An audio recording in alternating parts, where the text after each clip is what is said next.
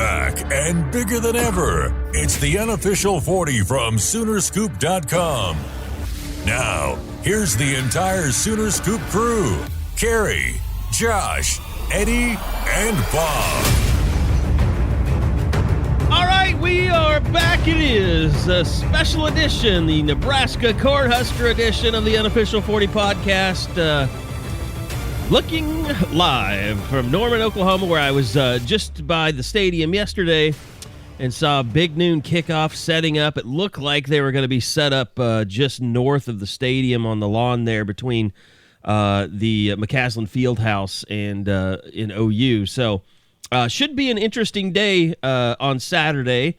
Very early game, 11 a.m., of course, because it is part of big noon kickoff. And we welcome in the rest of the crew. Eddie Radosevich joins us with his spanky new microphone, and Josh McQuiston is here as well. Good afternoon, guys. Or hello. Evening or morning, whatever it is where you're listening. You know, I am afternoon. 9 minutes after noon. I'm just excited for everybody. I mean, I don't know about you guys, but if it doesn't come out on Wednesday afternoon, my DMs on Twitter blow up. Like everybody's like, "When's the pod? When's it coming? Is it here yet?" I love it. It's a good like pestering problem to have, though, isn't it? I'll take it. Sure. Oh, 100%. Yeah. No. It'd be much worse if everybody was like, "Oh, okay, you guys finally recorded that. Cool. I'll get around to it." Well, we did. I mean, we're down a man today. Bob is dealing with not COVID, but sickness in the family. So he's not sick. I don't believe, not yet anyway. But so he's out today, and he'll be back. But unfortunately, Bob took a hit.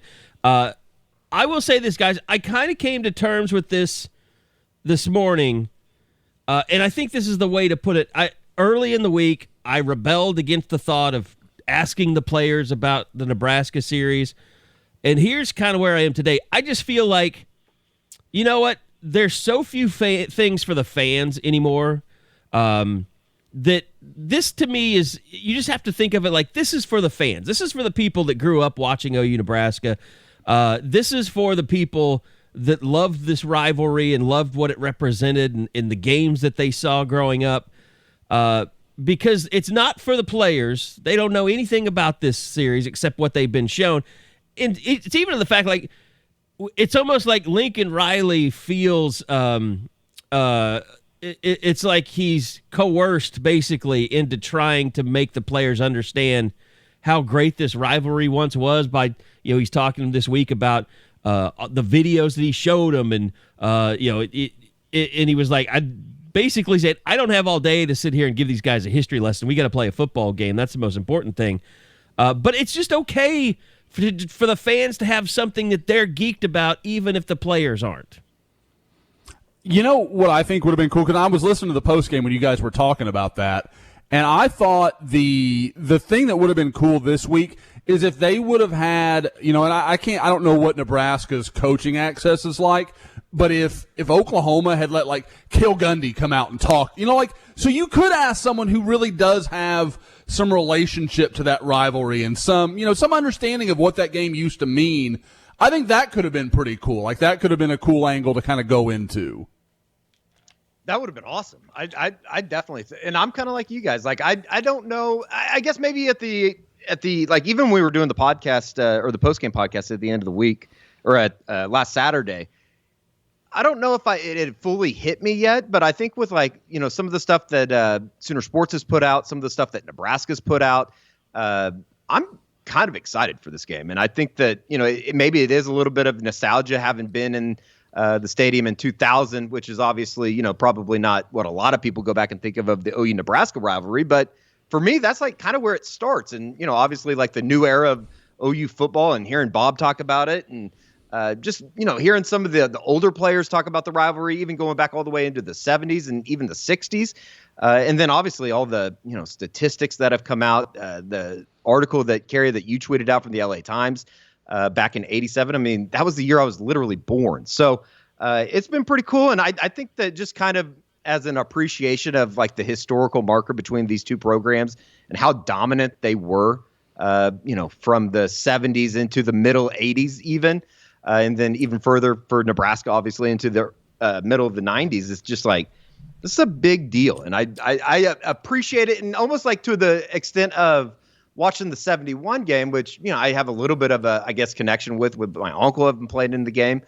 It's kind of like one of those deals. It's like I don't think that I appreciate enough being able to go down there and cover games at OU and realize, I don't know, I guess this sounds very old in a way, but to realize like, holy shit, it's like that game was played on this field basically, or this patch of grass 50 years ago, even though everything around the stadium is completely different than what it was in 1971. It is a reminder that there has not been a lot of in-conference traditions built over the last decade plus, because sure. I mean, you think about those Nebraska games; those were games that made you. And there's so much talk. The SEC is so overwhelming, but like those Nebraska games made everyone take notice of the Big 8 conference back then. I mean, that was the after Thanksgiving game that everybody watched. I was talking to one of my radio partners who grew up in Baltimore, and he was like, "We never watched college football, but when that game came on every year, we noticed it. We watched it. Like it was something that was bigger than OU, bigger than Nebraska. It was college football." And you've had some good OU Texas games over the years, but since 05, Texas really hasn't been in the national spotlight. I mean, a little bit here and there. And you've had probably the best set of Bedlam games in its history, the series history, even though it's still lopsided, but nothing like what OU and Nebraska were in the 70s and then the 80s. And there a couple of years in the 2000s. So, I mean, this really reminds you, I think the college football playoff, you think about the Georgia game, that's probably the biggest game that's happened between OU and an opponent since the Nebraska games and a Texas game here or there. It's just crazy to... Go ahead, Josh. No, I mean, I again, for the people, like, and I know we've got a lot of young listeners that they're like, it just doesn't make any sense for them. I remember Nebraska football is literally my first memory of football, and it was and I've told the story before on the pod. It was the 90 game when Mickey Joseph slid into the bench and broke his leg. Yeah. And I remember running around my house cheering because I'm like 8. I had no context that like this is a serious thing. You don't cheer for that shit. But at the same time, like, that was what a big deal Nebraska OU was. Like, it meant, like, I was a little kid. I didn't know anything, but I knew that their quarterback being out was a good thing for Oklahoma. So, like, I had that sort of view. I mean, and that's what that used to be. I was a little kid that could have been playing outside or doing anything. But, on a November afternoon, I'm sitting there watching football with my dad. Well, Josh, remember, it wasn't just Oklahoma, but remember the battles that Kansas State had with Nebraska, Missouri, Colorado. Colorado. It was, but I mean, you think about that, like Bob Stoops, pretty much. What's the term they talk about? Teeth, cut his teeth in big time football, trying to stop that Nebraska offense, and I mean, just. He and Brent Venables and Mike Stoops, like that was how they came up in this game and made their name, is getting to the point where they could beat that Nebraska juggernaut, and it was always fun watching those two play because it was just a knockdown drag out, and it was a game that OU couldn't compete in, but Kansas State sort of could. Yeah, the era I grew up in, I remember that 2000 game. Feeling as soon as Nebraska went up 14-0, you're like, oh shit! It's not real. Like Oklahoma's not what we thought they were, and they're about to get pummeled again by Nebraska. And then that was the moment when I feel like the two programs just shifted their direction. Was in that game. Now I know next year Oklahoma lost to Nebraska in that crazy game that you guys talked about in the post game pod, but it's just. One of those memories. I remember like being there and there, we're having a watch party. I was a student at OU that year. That was my freshman year. And we're all watching the game and there was all this excitement. And then it was just like you said, oh, the Nebraska juggernauts here. They're just going to slap OU around. And, cause I had never grown up in a world where Nebraska wasn't the king of the hill. That's all I'd ever known.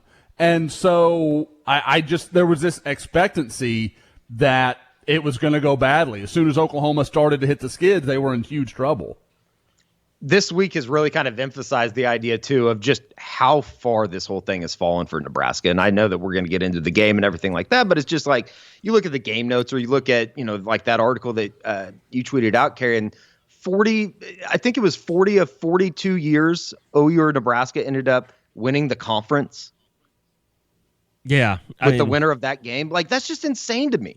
And then I would say in 87, Colorado was just coming up. So they were about to start winning. Sure. Well, look at 1971. The top three in the AP poll at the end of the year, Nebraska obviously won, OU number 2. And I think a lot of people, and myself included, didn't realize Colorado was number 3. In 71. Yeah. Yeah, I mean, and it's not like the Big 8 had, terrible teams throughout that time. I mean, you had the Barry Sanders, Oklahoma State teams. Then you had, and I'm just talking about as a league, as a conference, but Colorado was really good at one point. Sure. When Nebraska, I mean, I remember, Nebraska, kind of OU was their measuring stick, but then Oklahoma State, when they had Mike Gundy and Barry Sanders and Hartley Dykes, like, everybody's like, oh my God, could this OSU team get Nebraska? And I remember Nebraska came in there and just stuck it to them. And you're like, oh no, well, they're not on Nebraska's level. Like, it's just, it's weird to look at it now because it's looked at as basically OU and everybody else in the Big 12. But you didn't have, the overwhelming SEC like you do now. It was more like it was without like if you took the SEC out of the equation, it was, and you're just talking about the Big 12, the Pac-12, the Big 10, the ACC. It just you had room to be great in the Big 8, and a lot of teams could beat just about everybody from that league. It's also amazing just to look at the run of players that Nebraska had. I mean, obviously, before 71, and then you get to 71 and you look at the guys that were on that team, and then even into the mid 90s with or the 80s or the 90s with Tommy Frazier and Eric Crouch and Scott Frost, obviously, who's going to be there in Norman on Saturday. It's just it's wild how far this thing has come. From 1969 to 2001, OU Nebraska, they played 32 times. Nebraska was ranked in all of them. They were 12th or higher for 31 of the 32 games. This week, and this is from The Bear from ESPN, this is the 4th time in 42 games Nebraska will be a 20-point plus underdog. In the previous 499 games, Nebraska was a 20-point dog 4 times. Wow. Guys, I don't know about for you. I mean, I guess we can kind of move into this game a little bit. Does it feel almost like this is the first real week?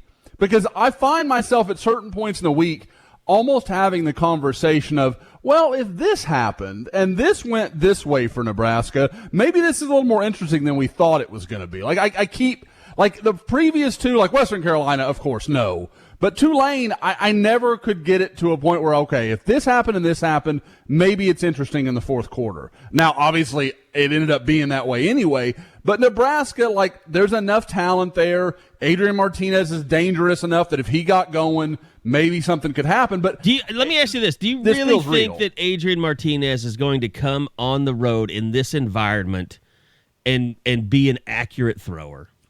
Do I think he will? No. Yes. Do I think that Adrian Martinez is the type of quarterback that Oklahoma has had problems with before? Yes. But here's the thing, though, for me. Nebraska came out of the chutes and lost to Illinois. Sure. Have you seen what Illinois has done since? Oh, they've been terrible. They lost to UTSA. Right. They lost again last week to They got killed by Virginia last week, 42 to 14. I mean, yeah, I think this Nebraska team could be historically bad for them. The part where I struggle just a little, and it's what I keep coming back to, I'm not sure. I think the Nebraska defense might be okay. Pretty, maybe bordering on good. Just kind of, I'm not sure about that part. The only problem I have is their weakness against Illinois, which is the only game that I will even pretend I saw anything meaningful of, was they couldn't stop the run. Is Oklahoma able to take advantage of that? Like, sure. I think so. Well, they couldn't pressure the quarterback either. The backup quarterback that was playing. If Spencer Rattler throws for less than 350, I'll be stunned. I mean, I was watching that second half, and it was just like they snapped the ball, and the defensive lineman just stood there. There was absolutely no pressure, and it was almost like they had just stopped trying. Mm-hmm. And that's been the area where OU's offensive line has played pretty well. The pass protection's been pretty good. Yeah.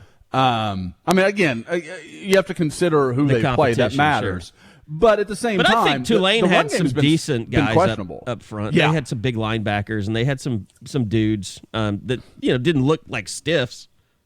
No. I mean, it just seems like at the end of the day, this is a fantastic test to see where this Oklahoma team is.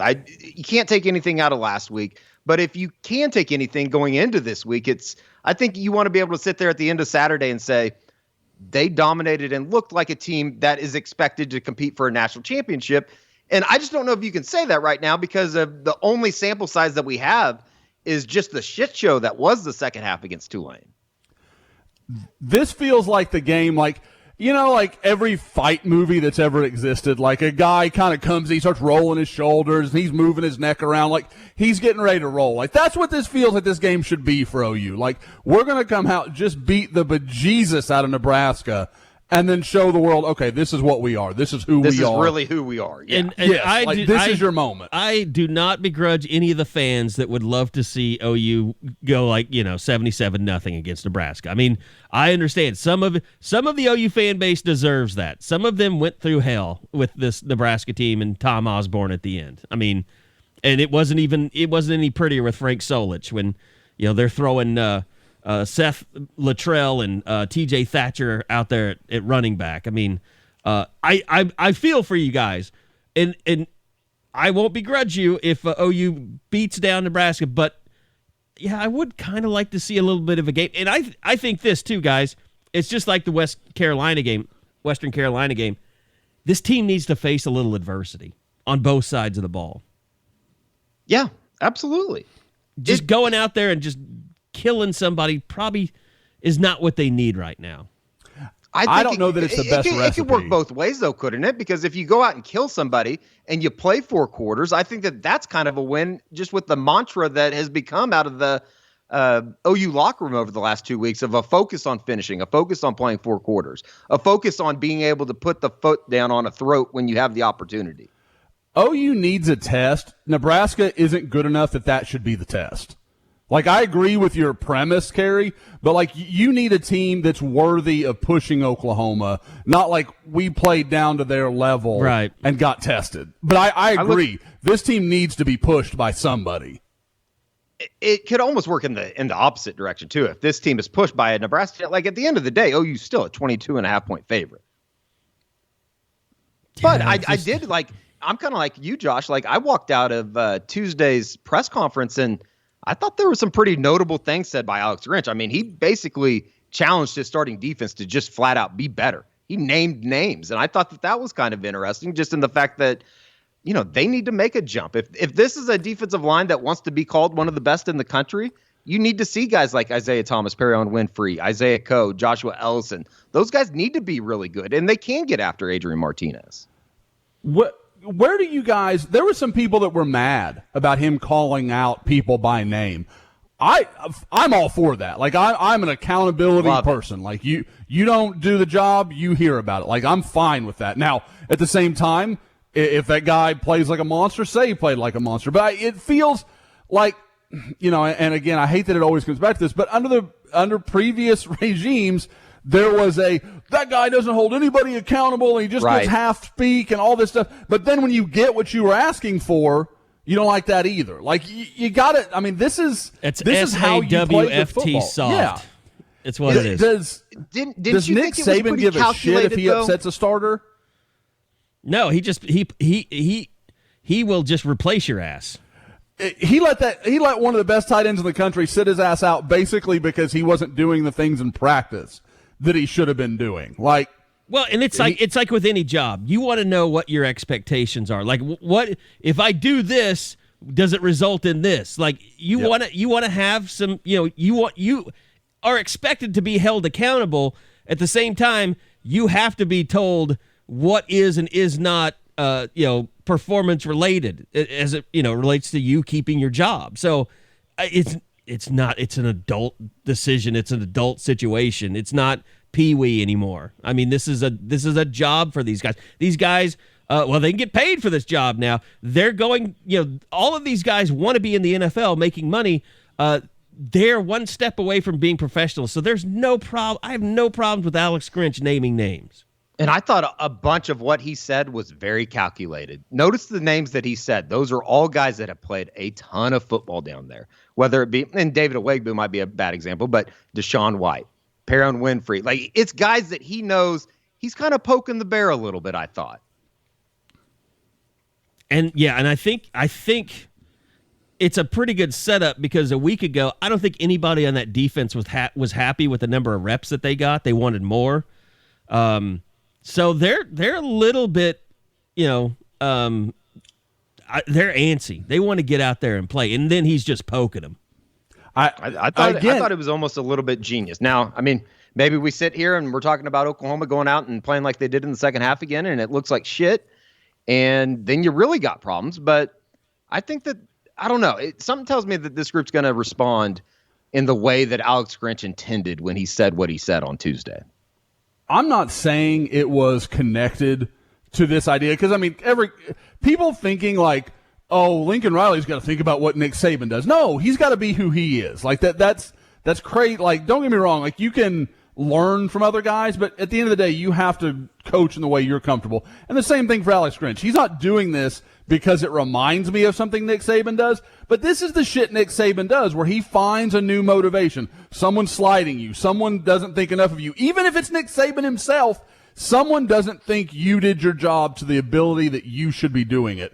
And like I said, I think that's fine because coming off 76-0, how easy is it to be like, oh yeah, we righted the ship now. We got this all figured out. Like, that's a super easy place to fall into, even though those guys know that they were far more talented than who they were playing. But they're college guys. I mean, it's just easy. So for him to find a new stressor, a new motivator to push them against a Nebraska squad that carries some name cachet but doesn't excite these kids, because like we've talked about already in the pod, most of them don't remember Nebraska being relevant.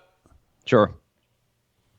Well, like you said, this is a coaching staff that knows they did not do a good job motivating them in the opening week, and they're trying to push some buttons. They're trying to figure. I mean, by all accounts, they had a really difficult camp. They were pushed really hard, but now I think they're like, okay, we tried the physical stuff. Now we're going to the mental side of things, and we're going to screw with people and try and get the best out of them.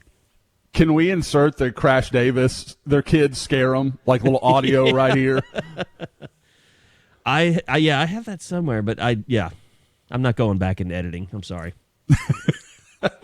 Yeah, we have already had people tell me that Eddie and I and you cannot drop F-bombs in the pod because they don't want you doing any post-editing. Try my hardest. It's not that difficult. I told them. It's really not that difficult. You can say excited. It's okay to say Oh, no, here we go. Might not even be a curse word. I don't know. So anyway, I don't know about you guys either too. And I was talking to my dad about this, but like usually I'll see people trying to get rid of tickets and stuff like that. And maybe it's because of the high price on the face value of the ticket, but it seems like this is a game that there are a lot of people excited about it. Like there is a certain buzz in the air. And I don't know, maybe it's one of those things that you tell yourself and then you start believing it more than it really is. But I feel like there is a lot of excitement in the air for a game that is a 22.5 point underdog. I think it's just the excitement of getting to see Nebraska on the field again. I mean, sure. There's a lot of people. At the end of the day, they still are a Big Ten team coming to Norman, though. Like that doesn't happen a ton. Yeah, replace it like say it's like Tennessee. That's a reasonable comparison. Big program, not really been there lately. But even remove the Josh Heupel storyline, which everybody would beat the bejesus out of. But it is, it's a big might be the name next head program. Coach, Josh. You never know. Oh God, that's so bad. It's so bad. Well, can anybody give me a viable reason Lincoln Riley would leave Oklahoma for USC? What is his goal at USC? To be what he already is at Oklahoma? You're just giving him what he wants, his clicks. You're giving him audio clicks. I can say I legitimately don't know who he is. I don't know who wrote that story. I just saw the headline. Yeah, same.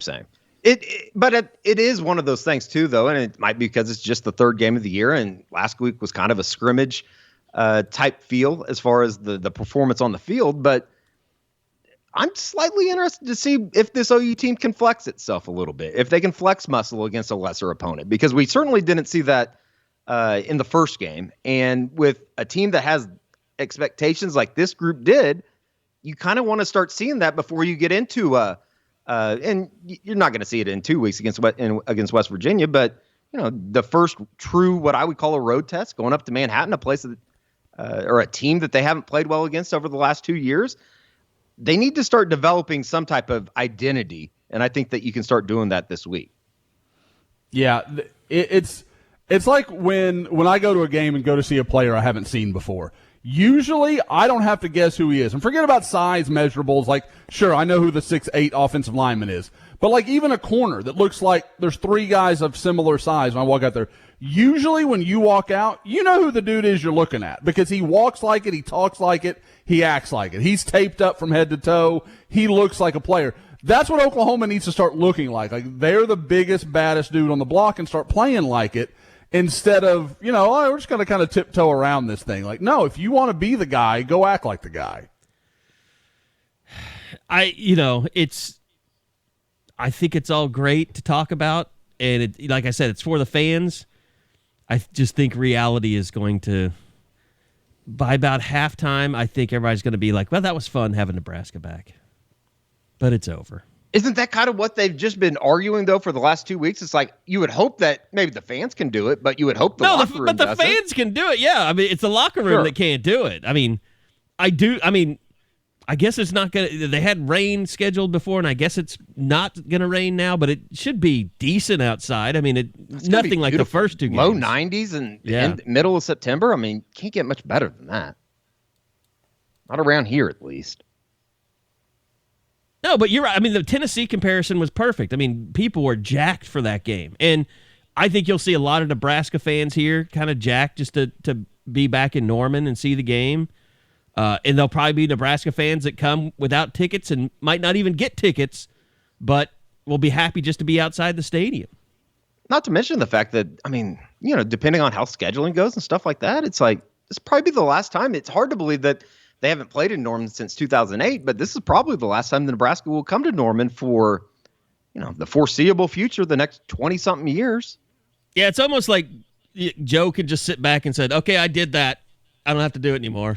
We don't have to worry about Nebraska. Give us the Army game. Give us the trip to West Point. Yeah, that was the worst part about last year, losing that game. So. I agreed. I was planning to be there for that one. I was excited. Josh, what did you and not to backtrack too much, but what did you think about the performance against Western Carolina? Not necessarily the team performance, but there were some better moments for some guys that let's be honest. I mean, it was very disappointing to see how Spencer Rattler played against Tulane. Yeah, and I highlighted it in the idiot when I broke it down. That the touchdown throw he made to Mario Williams, that's one of the best throws he's ever made. That was an unbelievable back shoulder. And like he knew what he was going to do. He read the corner. However the corner played it, he was going to Mario Williams. And he played him to where the corner had space back. So he just threw back shoulder. And I thought it was a really good sign of where their comfort is together. They clearly have a pretty good understanding. This is what we want to do. This is how we're going to do it. And it was just an absolute seed. I mean, that's a great throw.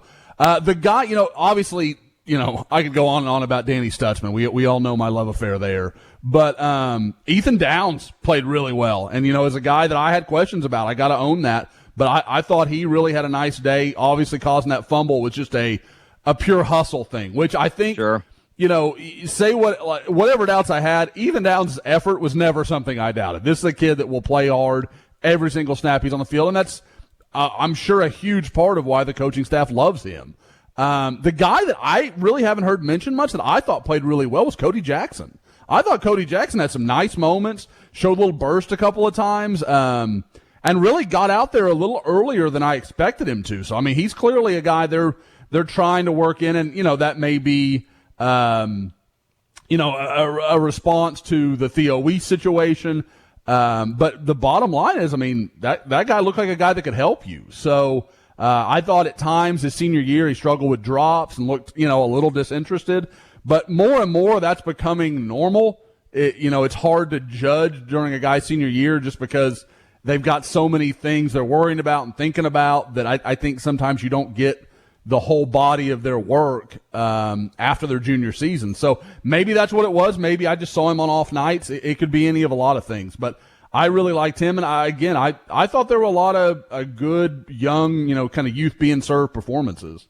Carey, it was the guy that you asked Lincoln about after the game last Saturday and take out the opponent, take out whoever was on the field against him, but the ability and just a mental factor, I think, in building confidence in a guy like a Jaden Hazelwood, that was big for him to find the end zone twice, to stiff arm a guy on the goal line and throw him down. I think that just small stuff like that, if he can just continue to get better each week, will be massive for him. And you know what? That was kind of that was how I knew that this week was going to be, just a little bit different, because even after the game, it was like Lincoln didn't want to give anybody too big a compliment. Sure. And it was just kind of like, okay, interesting.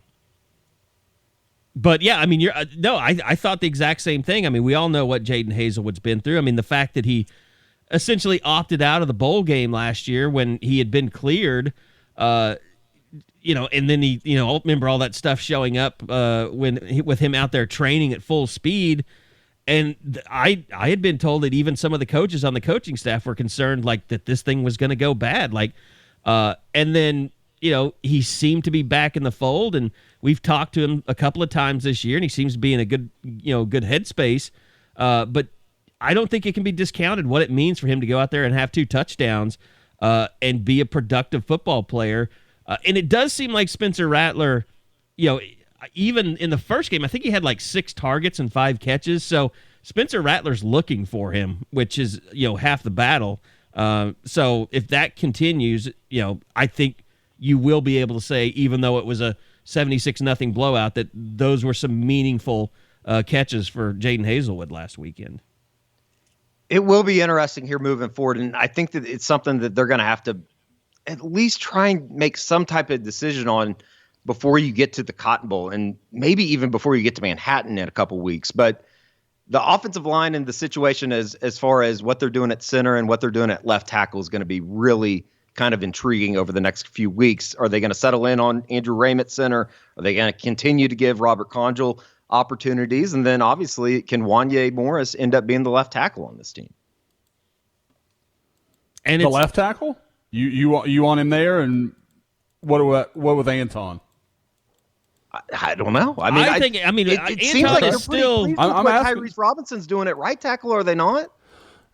Yeah, honestly, and I said it. I think I said it somewhere. Maybe the idiot. Maybe it was in the report card. He's been their most consistent lineman through 2 games. Now, that said, and I know it's something that Gabe said in their podcast as well, and I agree with him. If they're going to go, it's kind of like what you used to talk about with Swenson. If they're going to go and play the kind of teams they're going to have to play, I don't know if he holds up. I don't know if he's got the length and the athleticism to mess with some, like guys. Will Anderson from Alabama is going to be coming from Spencer Rattler's front side. If you want to play it that far down the line in this season, Tyrese Robinson against that guy, I don't know. I don't know. So you're if that thinking works. Wanye at right, and then you just hope that Anton Harrison continues to develop at left tackle? That to me, that's the only combination where this offense can go as far as it wants to go. Like I don't see it any other way where that works. Now, maybe I'm wrong. That's fine, but I just don't understand how that could work any other way. Those are your 2 most high-end players. And I thought Harrison was better against Western Carolina. We'll know more this week. Obviously, it's kind of hard to gauge how much improvement was actually made, but I thought he was better. And I thought Wanye looked good when he was on the field. I mean, he had the holding call, but by and large, I thought he looked good. He looks really natural pulling, doing some of that GT stuff they like to do. So I thought there was a lot of room for optimism with him. But yeah, my bottom line is you've got to have those two. I think Hayes is your left guard. I think Rame is your center. And then right guard, how you pull Chris Murray off the field, I don't know. Because like I said, Robinson's been your most consistent player. Chris Murray's probably been your best player. It continues to sound like as much as he continues to settle in the starting role. I mean, you listen to somebody like Gabe Eichert that looks at the film and stuff, and it's like he could be an all Big 12 type guy before it's all said and done. Yeah, I mean, I think, unfortunately, this is still something that has to be figured out with better competition. I mean, sure, you just haven't played enough people to know exactly what you're going to get, either from Tyrese Robinson or Anton Harrison. And, you know, I've always kind of thought that the whole Wanye Morris thing was going to continue to develop. I mean, that was always my prediction. Like, eventually you'll see him as a starting tackle. And they mentioned him enough this week, I thought, that made you think like he is starting to build some momentum there. And maybe Bill knows that, and this is just kind of his way of, you know, building him up and getting him ready to kind of take over that position when it really matters. Like, maybe he's known this should be our guy. Sure. But he just hadn't been consistent enough. And for as much as you want to say about Nebraska, they at least have some big bodies on the defensive line that are going to at least give you a better idea of where that group is. Wouldn't you say? Yes, absolutely. And the other thing is, you know, if you were hoping, and I never thought that it'd be a factor anyway, but it is interesting that Lincoln Riley kind of talked in depth about Marcus Hicks, and, you know, him potentially being a guy next year that could be a difference maker for him, that he's progressing to the point it looks like, you know, and I've kind of, you know, heard from some of his family a little bit, but I mean, it sounds like he's happy with the switch now and he's at ease with it. And it's just kind of getting through getting back to healthy after the Achilles injury. I mean, and again, you got to remember who they played last week, but just seeing somebody like a Savion Byrd out there, physically, he looks amazing. Yeah. I mean, Anton Harrison looks great physically. Oh, yeah. I mean, you look at him, you're like, that's what an offensive lineman's supposed to look like. He's just not playing that way yet. He kind of has that Bobby Evans vibe wearing 71 out there, doesn't he? He's just thick with 2 C's. I like it. Okay, it is well, this got uncomfortable. No. Uncomfortable for you, maybe. It felt good to me. By the way, it is the first official recruiting weekend. We want to get to that, but we also want to remind you guys, our good friends at Dead Soxy. Eddie, I know they asked for addresses today, so I think everybody should be getting the new collection that just dropped last night. It's fantastic. And yes, I did come up with the idea for the 8-bit baker planting the flag. I think that's been the sock that everybody has really been like, oh, I'm getting that. I mean, I think somebody said they ordered like 3 pairs of them. But they've got a whole new OU collection, college collection. They've got socks with the wagon. They've got sock with the schooner. They got socks with they say Oklahoma. They've got a state. I mean, the state of Oklahoma on one of the socks, and then they've got the 8-bit Baker Mayfield. And I can't wait to get those, even though I guess I could wear those to games and get away with it because nobody would really see, as long as I wasn't wearing short They're pretty pants. sharp. Yeah, they're very cool. And they even got Oklahoma State stuff, too. I know there's OSU fans that listen to this podcast. I'm pretty sure with promo code Boomer, you can get them all. Yeah, I think that would work for Oklahoma State fans too. So use that promo code vicious. Boomer. I think an OSU fan would want 25% off. I agree, but like, could you imagine like making themselves type it in? You know, it's going to hurt their soul, like a little bit. Hey, like I agree. Just We're be going like, to send some up to Chad Weiberg up at OSU. He's going to get some as well. just be like, hey, honey, can you come in here and type in this little word for me so I can get 25% off my socks? Don't let me see. Yeah, I don't want to do it myself, but if you do it, maybe I can justify it. So yeah, go to deadsoxy.com, enter that promo code Boomer.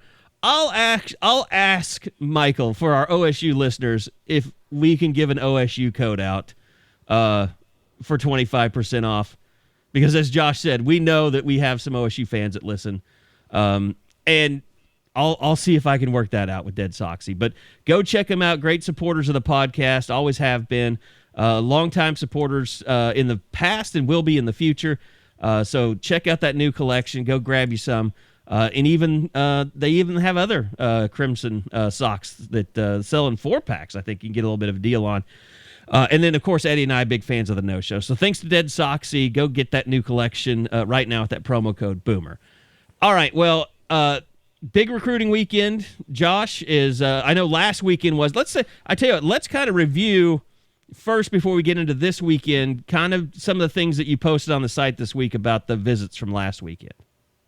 Yeah, it ended up being a little bit of a surprising weekend. And I say, I know Bob, to his credit, and Bob, I hope he listens back to this all week. Like, he kept kind of dropping the hint, like, we should have a list up. We should have a list up. And I kept being like, man, it's Western Carolina. It's just going to be like 10 commitments. And obviously we knew about Gabe Dindy, but I really didn't expect there to be much to accompany that. But then, Chris McClellan comes in.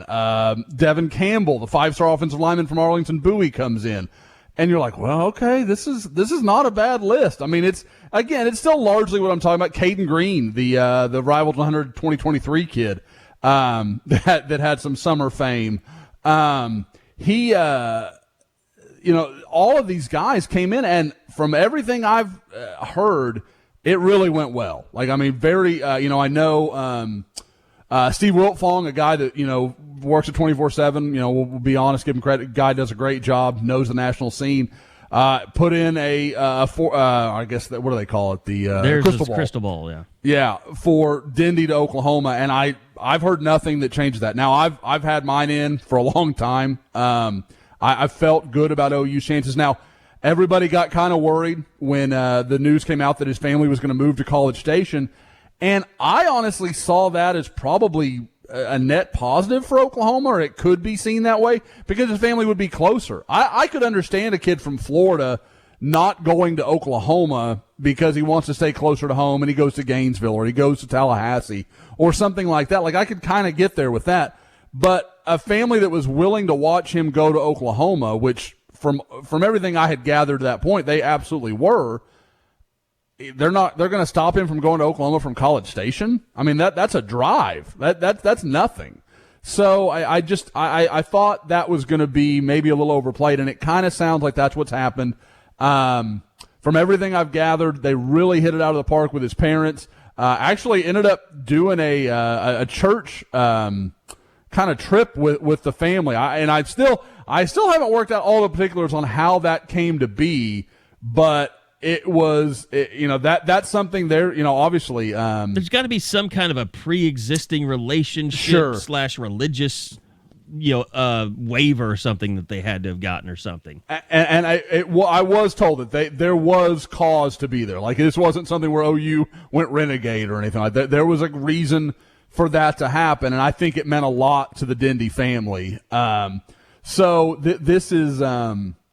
again, it's a race. I feel better and better about where Oklahoma is. He's still talking about taking a trip to Texas A&M, maybe right around the beginning of the month, and then I think from there we'll pretty quickly make his decision. So it's a little later than what I had in my head by maybe a week or so, but it sounds like he's getting very close to a decision. I think has a pretty good idea at this point what he wants to do, but I think there's almost a, let's give A&M one last chance. And I know OU fans don't want him to do that, but that's what it looks like. And I mean, I can go piece by piece, or if you guys have anything you want to ask about, we can cover it however you want to cover it. I would just say, too, from what I was able to see down on the sidelines, I thought it was pretty funny that, they're over there watching the pregame warmups. That's where they bring the recruits out. And you can kind of go and each recruit kind of goes with his position group. So defensive line or the defensive backs or the running backs and the quarterbacks are kind of over in the south end zone area. But I thought it was funny. I look up at one point and the entire Dindy family sitting there, and Tommy Harris is right next to him, talking to him. And Perrion Winfrey comes up and talks to him. Then Calvin Thibodeau comes up and talks to him. and mom's there. She has a, like an OU jersey on. You saw the picture of dad in Lincoln's office with the OU tie. I mean, there's a lot of really positive things going there for OU. Yeah, and I think I'd have to look at it again, but I want to say Scoop talked about the focus for Oklahoma this weekend, and this was written on Friday coming in, was to make it clear what a priority he is for them. He is a absolute top of the list. I think if they had to pick one guy in the 2022 class that they wanted to close with, I think Gabe Dindy might be that guy. I mean, there is that belief in what he could be and how well he fits their scheme, all those things. And, and they like him a lot as a human being. They think he's a good kid that, that can be built around. So I think that was a focal idea, is they wanted to make it clear how important he was to them. The other big guy that I think Oklahoma made a really positive move with was Devon Campbell, the five-star offensive lineman, like I said, from Arlington Bowie. A guy that I've heard Texas and LSU a lot, really primarily Texas, but you kind of hear some LSU conversation. LSU may fix itself as far as Oklahoma's recruiting concerns go if LSU can't kind of figure out a way to get up off their feet, or on their feet, I guess. With Texas, not a bad night to be in Norman. He comes watching OU pummel Western Carolina and then checks out his ESPN app or whatever it may be and sees, Texas just getting housed by Arkansas. So probably a good, sequence of events there for him. But like I said, I talked to a few people, and I'm going to have some more on this in the Scoop on Friday, but there are people that think he's going to go to Oklahoma. There are genuinely people that were around him this weekend that believe Oklahoma will be his choice. Now, it's a long way off, and he's a tough kid to read. If these people are reading it that well, hey, hats off to them. But he's a pretty savvy kid. He doesn't say things he shouldn't say. And like I said, we'll see, but I definitely feel much, much better about Oklahoma's chances than I did a week ago. Did you see have you seen the videos of the guy that does like film room stuff, like a college coach, like replaying film to his players? Are you talking about the guy that was watching the Texas game and he's got his hat? Yes, that's amazing. Before he did that, he did one about his GA and told the team like he's a full-fledged coach, and then he shows them tape from the previous year where that GA just got toasted left and right, and he was like, see the corner on the other side of the field? He's in the NFL making millions of dollars. See this guy? He's your graduate assistant coach. Like, he was just burning him left and right. But the Texas thing was hilarious. So he was like, didn't spend time in the weight room this summer, getting carried around the field like by another grown man, as they just run in the end zone once again. I mean, I wasn't shocked that they got beat, because that was the most Texas thing of all time. I think we talked about it on the U40 last week. But the way that happened, my God. It's like association. Just by association, I was embarrassed. For another team to just dominate you physically like that, and that team to be Arkansas, well, couldn't believe it. Guys, what was interesting is how many guys that factored into that Arkansas scoreline were guys that Oklahoma either kind of passed on, or like the Rocket Sanders kid who kind of put the nail in the coffin with that big run. He was a linebacker recruit that I know Brian Odom liked. Obviously, A.J. Green's a kid that we all know from Union that Oklahoma really liked better as a corner. So there is there was some interesting Oklahoma connections going on in that game, even between two schools they recruit against a ton. Man, I'm really trying to find this video. I'm sorry. Josh, just as far as any more to wrap up from last week, or do you want to move into this week, which, I think they're rolling out another red carpet for another in-state guy. I know Chris McClellan was somebody that you also hit on as well.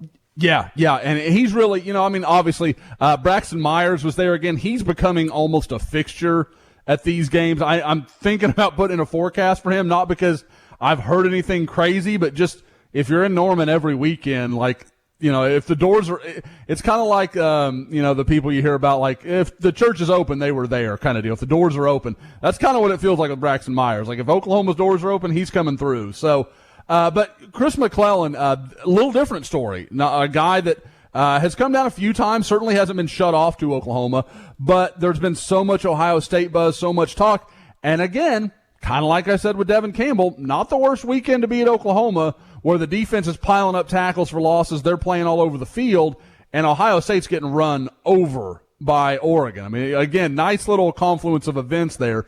But with Chris, I've talked to him a little bit. I won't say that I've had a full-on conversation with him. Planning to see Owasso here before long, so I can kind of iron that out a little bit. But he is I will say he was super impressed with the defensive line. He loved the way they were playing. He was talking about they look even more aggressive than last year. I really like the style they're playing with.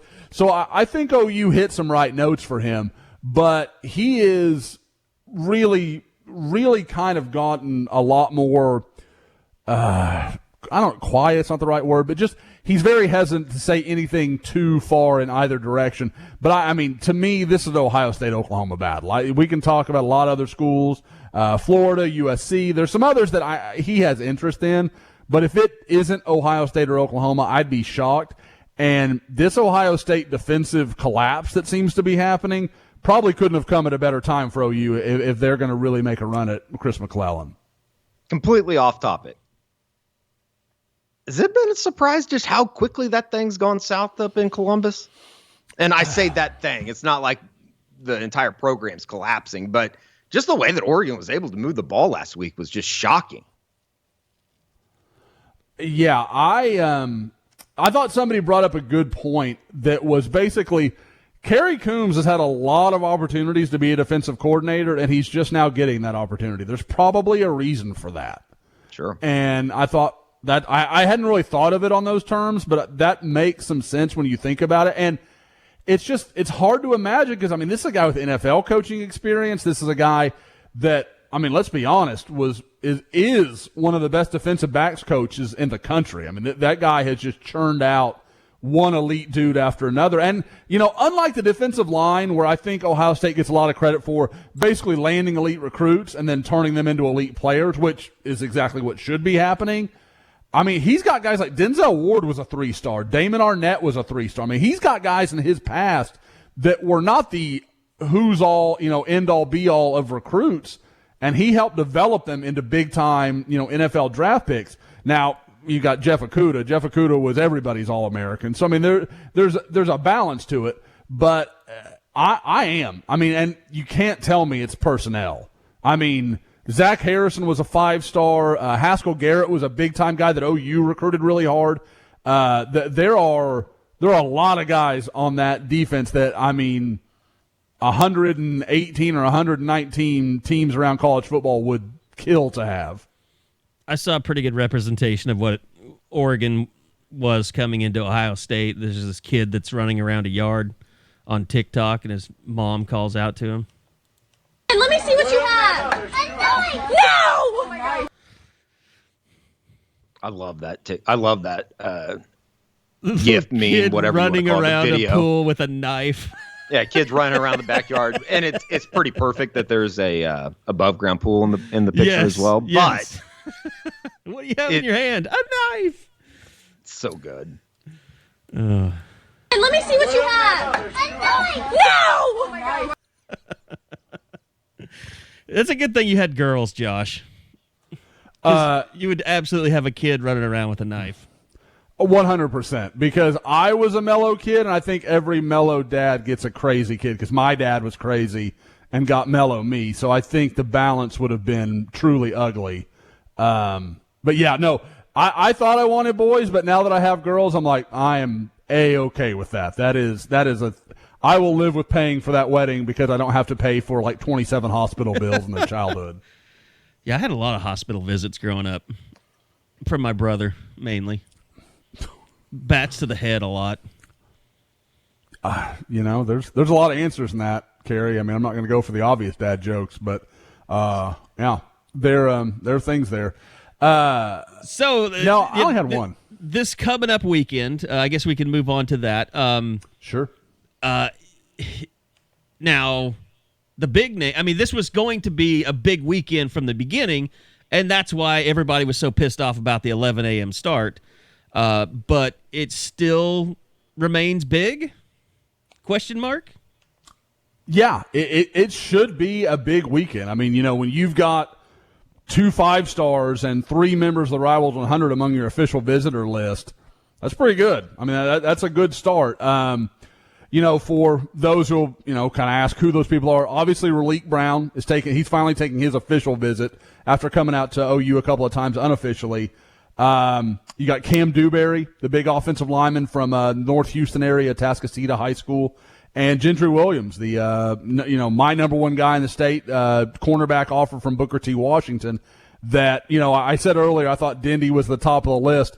I don't think it would take long to get to Gentry Williams on whatever role you'd be calling there. I mean, Gentry Williams, in-state guy at a position of need, at a position where they're trying to cement. That they put in elite guys. Now, you talk about a couple years of corner, maybe with Gentry Williams and Latrell McCutcheon playing across from each other. That's all right. You could find a way to make that work. Those are 2 corners of a talent level that OU has rarely had. And even in the 2000s when they were playing great defense, they didn't have corners like that. I mean, that played with that level of athleticism. So, you start there. Again, Raleek Brown, you've got to think OU's in better shape than ever with him, with all that's gone on at USC this week. And then with Cam Dewberry, kind of an interesting story. It's kind of worked out nicely for Oklahoma. He had planned to go to this visit for quite a while, and I don't know if he always knew how well it was going to work out, but they're actually playing at Denton Guyer this weekend. They're going to be, way up in North Texas, and his family is literally just going to leave from the stadium and drive up 35 and go up to Oklahoma for their official visit. So it rather than a kid playing his game on Friday night and he doesn't get in until whenever on Saturday morning, he's going to be there bright and early Saturday morning and ready to go. So Oklahoma really will get a solid couple of days to host him and show him around and not have to worry about getting him in during the pregame for Nebraska and all that stuff. It should be added, too, that Raleek Brown and Mater Dei, they're off this weekend, so they don't have a game. That is correct, yeah. So they are, Raleek is coming off a huge week last week, dropped 4 touchdowns on Liberty in Nevada, which is a really good program. Everybody kind of knows Gorman, but Liberty's a very good program of their own. And it almost unfortunately, you had a game weekend kind of deal where Mater Dei and Gorman didn't meet up, but they played 2 teams and then just beat the crap out of the other 2 teams. So, but yeah, Raleek, he's off to a huge year. Now, I can hear the argument. I know people will instantly kind of ask, well, what happens when USC hires whoever it may be? Well, I said this in the war room. Like, there's only one hire that really would worry me, and that would be if Eric Bieniemy ended up getting that job, and then he can go to USC and say, well, I did coach Tyreek Hill in the NFL, and you have a very similar skill set. But at the same time, I don't think that could even happen, could it? I mean, like, Bieniemy's going to have to coach out the season with the Chiefs before he takes another job. Exactly. I mean, he's just too focal, and that's going to, don't get me wrong, they could announce him, but I can't think of any time when that sort of deal has happened when a coach was announced before, Christmas, New Year's? I mean, it just doesn't happen like that. So I don't know how that would work, and if Oklahoma's going to, I'm sure they'll try to get Raleek to sign in the early period, and I know he's talked about maybe or maybe not doing that. I think that's something he's gone back and forth a little bit on, but obviously they'll want him to, and if they can get him to do so, then Bieniemy's hiring is almost moot. I mean, it almost wouldn't, or whoever is probably just not going to matter. But I mean, that you're right. That is a scenario where USC might actually have the ammunition. Now, based on all things that we've seen USC do for the last, 10 years, they'll hire the exact wrong person, and it's not going to matter. But we'll see. Does if the coaching change is a good thing for Raleek and kind of settling the waters there, could the same be said for Gentry Williams and his recruitment by USC, or is it a little bit different considering his main recruiter is now the interim coach and Dante Williams? Is that his name? Yeah, that's his name, and he is a outstanding recruiter. I mean, anybody that doesn't know him, is probably, and no offense intended, just not that familiar with West Coast recruiting. Dante Williams is very good. Brought a lot of those elite Southern California guys to Oregon, which makes up a good chunk of, some of Oregon's most standout players right now. Kayvon Thibodeau, Justin Flo, you run down that list. So he's a big-time recruiter, has definitely made Gentry Williams' recruitment more interesting than I think it was ever going to be. But at the same time, Gentry is a smart enough kid that he knows that and this is no flaw of Dante Williams. He's doing his best to keep his job and do the things that are best for USC, and probably in hopes that he can be maybe a defensive coordinator or whatever under the next regime. But he's got to make promises he just can't keep. I mean, there's no way people say, well, you make Dante Williams and you just tell the next coach he's going to be on your staff. Okay, that's going to limit who you can hire. If you come in and from day one are telling the new head coach he has to take this guy, that's going to cause problems. Like there's just, even if the coach respects him and thinks he's good and maybe would keep him under normal circumstances, when the higher ups start telling these guys what they can and can't do, it's a recipe for disaster. So I just don't see that being possible. So Dante Williams has to talk to Gentry and has to either be very honest and say, hey man, we want you here, we love you here, but we don't know the future. Or you go and say, hey, my plan is to be here. I'm going to try to be the head coach. I'm going to try to win every game, and maybe I'm the next head coach at USC, and you're the guy playing both ways and kickoff return and all that, whatever. He can make whatever promises he wants to. But I don't see any way that's good for USC. I just don't. Now, I know it makes some sense, but Gentry's just not that kind of kid to get caught up in that stuff too much, in my opinion. I just wonder with the UCLA or the USC thing, if that doesn't kind of start a domino effect. Like, if things continue to go poorly at LSU, do they get rid of Orgeron here in the next month? Like, it just seems like it could start that domino effect where everybody wants to get in line, worried about December signings, and trying to find the next guy if they feel like this just isn't the answer. Which would be interesting, too, just as far as Gentry Williams relates, because, I mean, unless I completely missed something, it seems like LSU's another school that's in the running there. And that's been all the talk, is that nobody wants to make it, like you said, Carey, if it was Bieniemy and they could find a way for him to be announced on November 1st or something, so he could kind of get started down that road and building his staff for the future or whatever, it sounds like no one, and I mean no one, wants to make a move until they know what's going to happen at LSU, because it sounds like there is a serious underswell of people who believe that Ed Orgeron is in huge trouble right now. Like there is a chance for a Chiswick situation where, he won the national championship a couple years ago, but it has gone so badly since then that they've just got to wash their hands. Talking about the USC stuff, and I saw Bruce Feldman tweet this out this morning. It's amazing to me that USC is no longer in the top 20 programs that produce players on the opening weekend NFL rosters. You talk about serious lack of development over there. Well, just look around college football.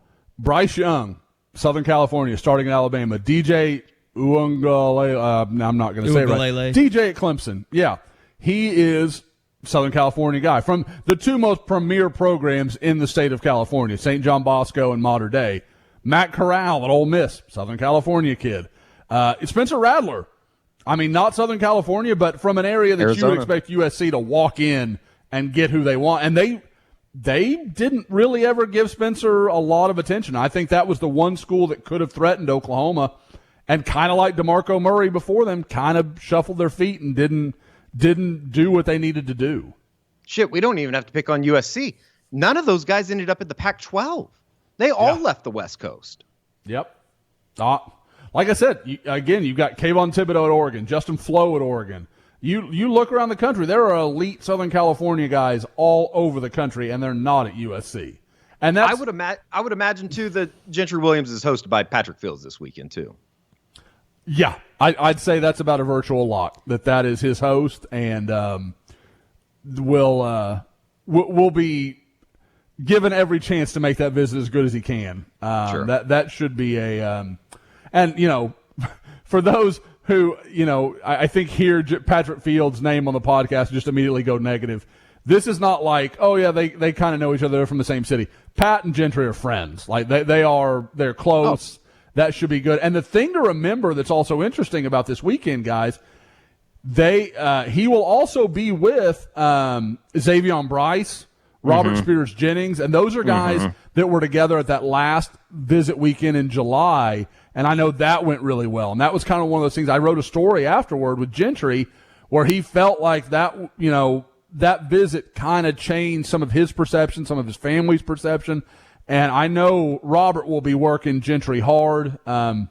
Xavier doesn't know him as well, but I mean, that you could have a big chunk of your DB class on campus on the same weekend. And I just realized I need to add another guy to the unofficial list. Jaden Rowe will be there. So again, you're talking about 3 Tulsa area DBs that could all be part of the same class there this weekend. Now, Jaden won't be in all the same things because he's unofficial, but they'll be around each other, and that's a big chance for Oklahoma to let some of the recruits do the work for them. It's really been interesting, too. Micah Teese is going to be there as well, his teammate from Booker T. Yeah, and it's been interesting watching.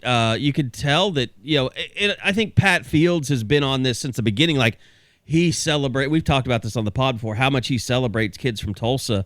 Sure. Just through like Instagram and stuff. But like then you see like Dom Alexander tweeting about these kids and their visits to OU. Like there's a concerted effort, whether it's through OU, like Drew Hill or Andy Hansen or whatever, but a lot of these Tulsa guys are really working Tulsa kids about OU. I find that pretty interesting.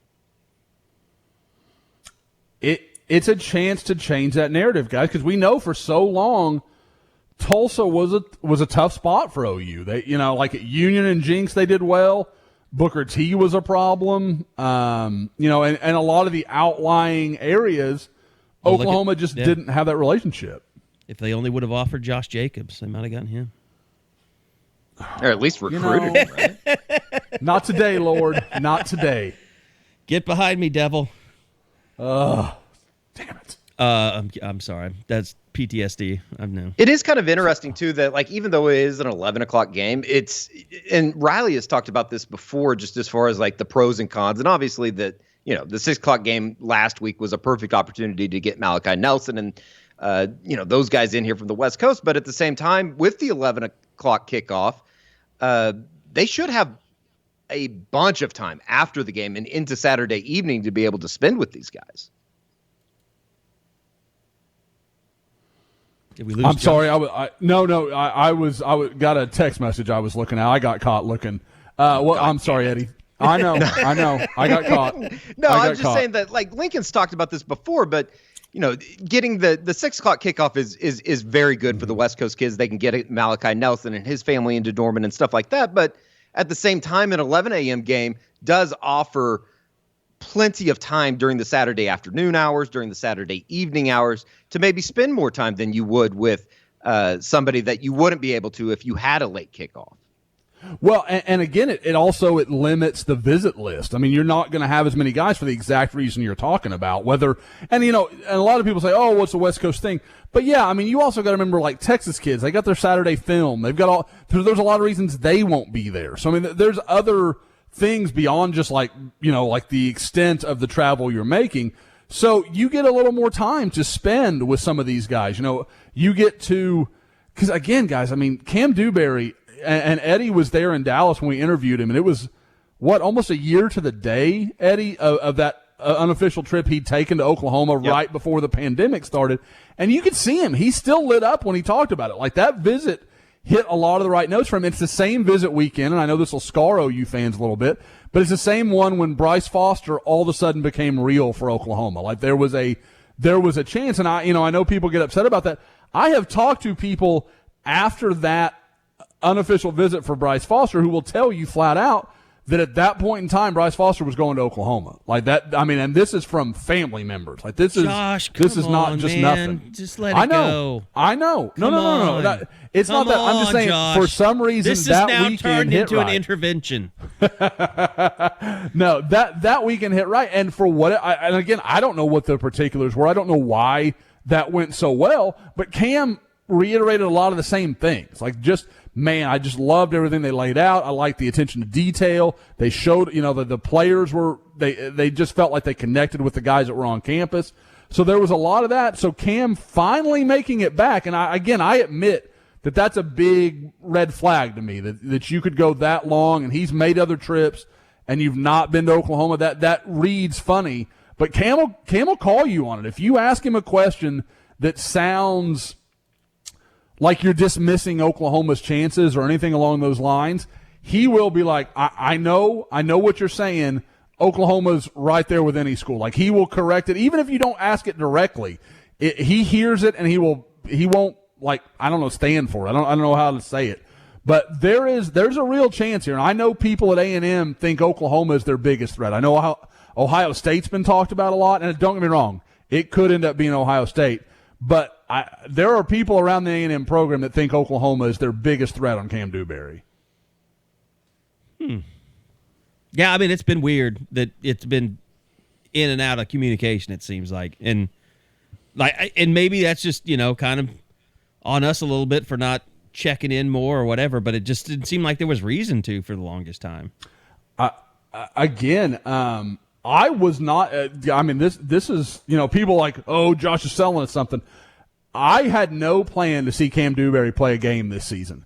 Based on 2 conversations I had right before the year when I talked to a couple A&M sources, I literally went to his first game of the year. That's how much it changed my course and thinking on Cam Dewberry. Now, if you're asking me, I'm still picking A&M. That's still what I think is going to happen there. But I think it is a lot closer than I thought it was. So right now, it's basically you're following his recruitment to not get caught with your pants down, is what you're saying. Nobody wants to see me with my pants down, so I am just trying my best. You do have 2 children, so somebody did. Yeah, well, somebody made that grave mistake, and has paid for it for the last 7 years. So it is. Yeah, sorry, I'm sidetracked now. But yeah, I mean, easily sidetracked today. Yeah, that's not untrue. But no, but like I said, with Cam, there's a chance. I know people are like, it's either yes or no, and it's not that. It's in the middle. Like, it's possible, but Oklahoma needs to hit it out of the park this weekend. And I'm not even going to get into it. After last year, after the whole Tristan Lee thing and Bryce Foster and everyone got their hopes so up about that O-line class. And then just ended up with Savion Byrd, who all you hear is really, really good stuff about his potential. You end up with that. I know people don't want to get their hopes up, but in one pod, we're talking about them trending in the right direction with 2 different 5-stars. We'll see what happens. I'm not making any promises, but Oklahoma is making a run at those guys. All right. Josh, you did see, speaking of 5-stars, you did see a 5-star that is committed in the 2023 class just this past week, last 7 days. You made a trip down to the Sunshine State to see Brandon Ennis. It seemed like he didn't do it. It was kind of like we had similar trips. Bob and I went up and saw Jaden Rowe. We didn't see a whole lot, but sometimes that's kind of a good thing. That means that they're really, really good. Well, that was a couple Almost weeks being ago. We game planned out of stuff. We talked about Ennis last week, didn't we? I thought we covered that. Yeah, I thought that did. was 2 weeks ago. This last week, I went and saw Jalen Hale and Jordan Renaud. No, Strike you're fine. that from the record. Well, until you went with commitment, I was with you because I was like, yeah, I mean, Jalen Hale's a borderline 5-star. Jordan Renaud, he's a borderline 5-star. A couple of offers that I know OU is really high on. And I still need to transcribe the interview, which is sad because as quiet as Jalen Hale is. Great. Yes. Yeah. Looking at him, Eddie, on video, do you get the Ronnie Perkins feel? Like, he looks like Ronnie Perkins to me. Like, his body type, everything about him looks like Ronnie to me. Now, I'm wondering if it's the number 9. That's the one thing I was like, oh, I wonder if I'm getting caught up in that. He almost looked like a bigger, more well put together, and I don't know if this is a good or a bad thing, but I almost thought, what was the kid's name from Santa Fe maybe a decade ago? Michael Anoha. Anoha. Anoha, but a much better, much bigger built kid. There's some of that. He's not quite as long, but I get what you're saying, like a little more filled out, but kind of similar. Now, I will say for anybody knocked it around in the NFL, he was on practice squads, but he still made it. Yeah, I mean, went farther than a lot of OUD linemen of that generation. Jackson. Wow. What I will say is, for those people screaming at the radio right now, they're like, Ronnie Perkins was number 7. Ronnie Perkins was number 9 in high school. You probably don't remember that. That's the obscure shit you listen to me for. That's the stupid stuff I know. So at Lutheran North in St. Louis, Missouri, he was number 9. So anyway, but yeah, I liked him a ton. A lot of activity. His problems right now are more technical. At times he'll play a little high. They'll get underneath him. But it's crazy because, like, you'd see him give a few yards and you think, oh, he's out of this play. Little guard got underneath his shoulder or something. But he's so slippery and so quick, he just kind of evade it and then end up making a tackle at the line of scrimmage. Like, it may not look sexy on the stat sheet because it's not a TFL or anything, but he would still make the basic play. He just kind of started in the wrong direction. So, I mean, and I'm not saying that's every snap, but it happened a couple times. So it's just something for him to work on. Jalen Hale, that dude is just silky, like just smooth. I mean, it's all easy. And he's one of those guys that you're like, he doesn't look like he's moving that fast. And then you realize you're out in East Texas at a Tyler High School game, and there are athletes on this field, and he's running away from all of them. And you're kind of like, okay, that dude's just real good. He reminds me of someone, and I still haven't been able to put my finger on who it is. Like, there's something about his game that is familiar, and I just can't quite place it. But he is a no doubt 5-star type contender. I think he's number 28 in the country right now on Rivals. So, I mean, if the class ended right now, he would be a 5-star when we're usually about 30 to 32. So, big-time guy. Talked to him after the game. Like I said, still need to transcribe his interview, which is sad because Jalen is such a quiet kid. It probably will take me 3 minutes to transcribe. I just have to sit down and actually do it. But first school out of his mouth was Oklahoma. He's going to go. He wants to take a visit up there. He's got a lot of plans as far as wanting to go to OU, A&M, Texas, LSU, Florida. I think he mentioned Alabama as well. So, I mean, he's wanting to do a lot. I don't know that he'll get all that done, but it was pretty clear that he and Cale Gundy have a very good relationship. Really likes how, I mean, I don't think it's a surprise to anybody on this podcast. Very direct, very honest Cale Gundy is, and that resonates with him. And so, like I said, I think there's already a lot of positivity with Jalen Hale. I kind of wanted to see where things had gone since Mekhi Lemon, since Brandon Ennis, and it doesn't sound like OU's gone anywhere with him. I think we're out of questions for you. Okay. Time for the good stuff. What are we going to talk about? I really don't have any good stuff today. Josh, no, you tweeted something earlier this week, and we were talking about the 2000 game. So you were a freshman in 2000? Yeah, that was my freshman year at OU. I was in McSpadden over in the quad. Not a bad year to be down there. No, that was a truly magical year. I've probably told all the best stories on the pod. I mean, the K-State game, watching Nate Hibble roll off to the wrong side from the student section, that was a wild reality. And I was extremely inebriated at that game. So there was a possibility for a moment that I was like, maybe I'm looking at this wrong. But then, you close one eye and you're like, no, I had it right. He went to the wrong sideline. But yeah, the Nebraska game that year was incredible. I won't lie, as a broke college student, I sold my ticket so that, I could pay for my my alcohol fund for however long. But no, it was a great time. That was an amazing year. The whole, I remember, like, I was at the quad right there off of Lindsay, and you could hear. I remember listening from my room. I think I was studying for a final or something, and listening to Patrick Fletcher give his celebration speech over at the stadium. When they had everybody over there. I didn't go over there for it. Because, like I said, I had what was it? Was it the Big 12 celebration? What was I there for? It doesn't matter.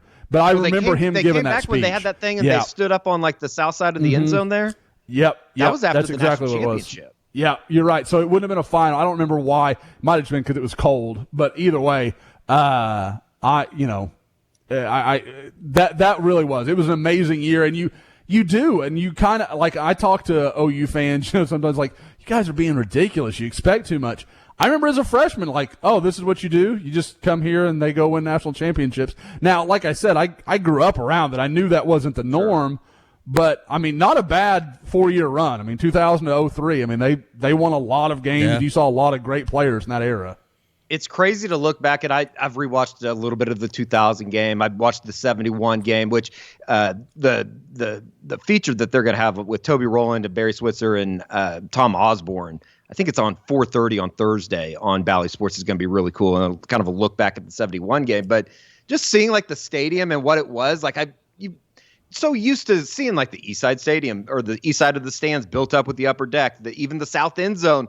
And like the renovations that went through from 2000 to, what it is in modern day, it's kind of crazy. You forget about that stuff. And like, even like the yard marker or the yard lines, like painted on the sides of the stadium of like the, I don't even know what that would be called. Like on the separator wall from the stands to the field, the wall. Like it's just, I forget about all that kind of stuff. So it's cool to go back and watch that. And obviously, read the stories, whether it be, I thought Jake Trotter's thing with the top 20, OU Nebraska games was pretty cool. Seeing all the stats coming out of it, it's been a really fun week. Yeah, a lot of people don't know this, but it used to be that OU and Nebraska had the exact same scoreboards in their stadiums, like exactly the same. They were made by the same company, shaped exactly the same size.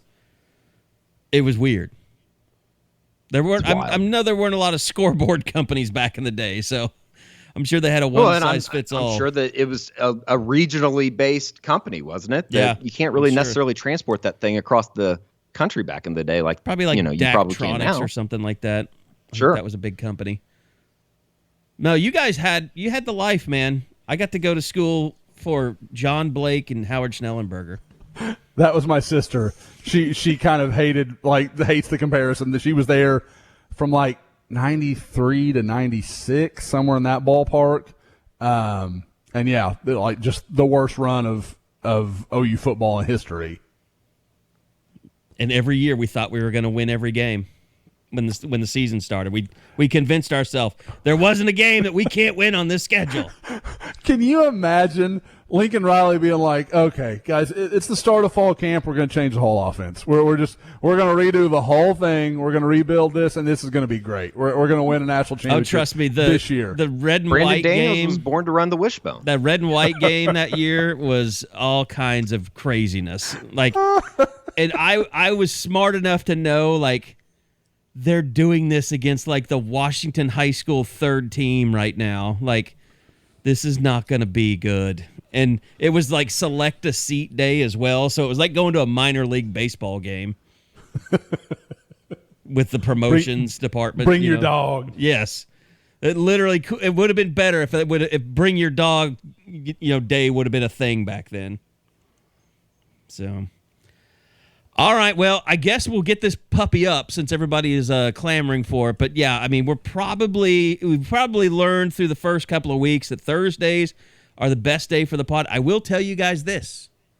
We have a new major feature coming to the site this week. And you're going to be very excited about it. I'll just leave it at that. I know what it is. I'm pretty excited about it myself. Did I tell you? Oh, yeah, okay. Wow. Wow. People are like, Carey doesn't tell Josh shit. No, that's not true at all. No, Josh had to sign off on it too, so which you never really did, but I never really gave him a chance to do that. So I don't. This is one of those things that I don't think we had to have there are things where I'm like, Carey, I don't know about that. This one I was like, yeah, let's go ahead. Let's get that done. That's how big it is. So we will have more information on that. I keep teasing that, and people are getting mad at me for not telling them what it is. So. Yeah, maybe today. Maybe by the time you listen to this pod, you'll know what we're talking about. So, anyway, we'll be back again next week. And Josh, here's a formal invitation, 11 a.m. game. You are welcome to join Eddie and I on the Eskridge Lexus postgame pod. It might be possible this week because I'm not going anywhere on Thursday night. I'm staying in the state of Texas on Friday night. I might not upset my whole family to the point that I couldn't be part of it on Saturday. So just take it easy on the whiskey. It's 11 a.m. start. Just pace yourself. I think the people demand that I don't do that. So that is better. The people post-game want to hear a pod slurred Josh. It's a little better with whiskey. Yeah. Yeah. Especially after losses, but. And guys, I don't know that you guys get enough credit. Recording that at what time did you guys start that last week? 2:30? No, we finished right about 2:30. No, we got done at like 2:30. It was like 1. Okay. Oof. It was like 1. That's Which heroes isn't too work bad. right And there. It resulted we'll be doing in it again next week with the West Virginia game kicking off at 6:30. Oof. I still think, and I know you guys dealt with it a couple years ago with the UCLA game, but I was just thinking about like if Oklahoma had gone to the Pac-12, where you're nightly it's the starting worst at like best decision 3:45. or idea that I've ever had is thinking that was going to be something that we would want to do. Well, if we knew we were going to get shot at leaving the stadium, we probably would have, got out of there faster. Nate Fagan texted me on like Wednesday or Thursday. It was the 1 year or the 2 year anniversary of that. And that's Pasadena. That's like the safest place in Los Angeles. I know. Well, it was all the stadium workers that were shooting at each other. Well, obviously. They bust them in, This I did not know. Well, I mean, they're not living in those houses in Pasadena. Those houses are ridiculous. Fair enough. Yeah, that's fair. You're not cleaning a stadium at the end of the game if you live in Pasadena, most likely. Yes. Matt R. is this racist? We didn't say what color the shooter was. I mean, come on. No, I'm just. So you were saying what it is. It's classist. It's socioeconomic isms. I don't know what that would be. No. Yeah, that's what you get when you go to Los Angeles. Hey, big shout out to the OU golf program, too. They won on, I guess that would have been Wednesday, the Merido. Big deal in collegiate golf in the fall. Very nice. Ryan Hibble, 30th win all-time at OU, 17th victory since 2017 for the OU golf program. They're a very, very healthy program. He's done We've covered all the Hibble family and they in this podcast. And they beat That's Texas, exciting. which was awesome. Did we cover Nate? Yeah, I mentioned Nate at the Kansas State game. We went to the wrong sideline. I mean, and me being drunkenly confused about it. God, he got the shit beat out of him in that game. That was brutal. That was one of the most impressive things. Because remember, the next week they played Texas, and he couldn't finish the game because he was so beat up. And that's when Jason White came to life. Al Eschbach, A Star is Born. I was going to say something about comparing him to Landry Jones, but I'm going to let that go. All right. Thanks, everybody, for listening. Remember, Dead Soxy new collection dropped last night. Go check that out. Promo code Boomer, 25% off. Thanks to them for sponsoring the pod, as always. And we'll be back next week for another edition, post-Nebraska, of the Unofficial 40 podcast from Soonerscoop.com.